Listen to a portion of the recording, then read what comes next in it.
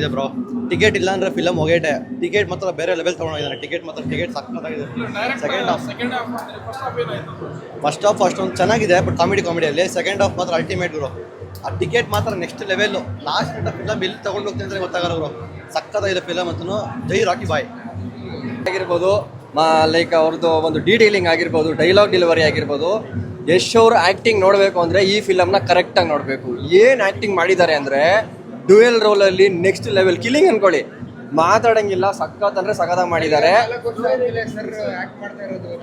Sir. 4 ವರ್ಷ ಅಲ್ಲ, ಅವ್ರ ಕೆರಿಯರಲ್ಲಿ best of the best acting ಇದು. ಅದು ಸೆಕೆಂಡ್ ಹಾಫಲ್ಲಿ ಕ್ಲೈಮ್ಯಾಕ್ಸಲ್ಲಿ ಬರೋ ಆ್ಯಕ್ಟಿಂಗ್ ಅಂತೂ ನೆಕ್ಸ್ಟ್ ಲೆವೆಲ್ ಮಾಡಿದ್ದಾರೆ. ನಾವು ಎಕ್ಸ್ಪೆಕ್ಟೇ ಮಾಡಿರಲಿಲ್ಲ. ಇವಾಗ KGF one set of cinema ಅಂದರೆ ಇದು ಆ ಥರ ಕಂಪೇರ್ ಮಾಡೋಂಗೆ ಇಲ್ಲ. Completely different cinema. ನಾವು ಎಕ್ಸ್ಪೆಕ್ಟೇಷನ್ಸ್ ಆ ಥರ ಇಟ್ಕೊಂಡು ಬರಬಾರ್ದು. ಕಂಪ್ಲೀಟ್ಲಿ ಬೇರೆ ಸಿನಿಮಾ, ಕಂಪ್ಲೀಟ್ಲಿ ಬೇರೆ ವಿಜುವಲ್ಸ್ ಇದೆ, ಕಂಪ್ಲೀಟ್ಲಿ ಬೇರೆ ಥರ ಡೈಲಾಗ್ಸ್ ಇದೆ ಬ್ರೋ. ಹೇಳ್ಬೇಕು ಅಂದರೆ ಅಂಥ ವಲ್ಗರ್ ಸೀನ್ಸ್ ಆಗಿರ್ಬೋದು, ಅಷ್ಟೊಂದು ಏನು ಡೀಟೇಲಿಂಗ್ ಆಗಿಲ್ಲ. ಸೊ ಎಲ್ಲರೂ ನೋಡ್ಬೋದು ಬ್ರೋ, ಫ್ಯಾಮಿಲಿ ಬಂದು ಕೂಡ ನೋಡ್ಬೋದು. ಅಷ್ಟು ಚೆನ್ನಾಗಿದೆ. ಅಪ್ಪ ಮಗನ ಬಾಂಧವ್ಯ ಹೆಂಗಿರುತ್ತೆ ಅನ್ನೋದು ಈ ಮೂವಿಲಿ ಗೊತ್ತಾಗುತ್ತೆ. ತುಂಬ ಚೆನ್ನಾಗಿದೆ.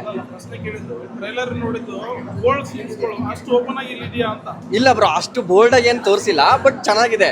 ಬಟ್ ನಮಗೆ ಟ್ರೈಲರ್ ಥರ ಏನು ಹಿಂಗಿದೆ ಸೀನ್ಸು ಆ ಥರ ಕಾಣಲ್ಲ.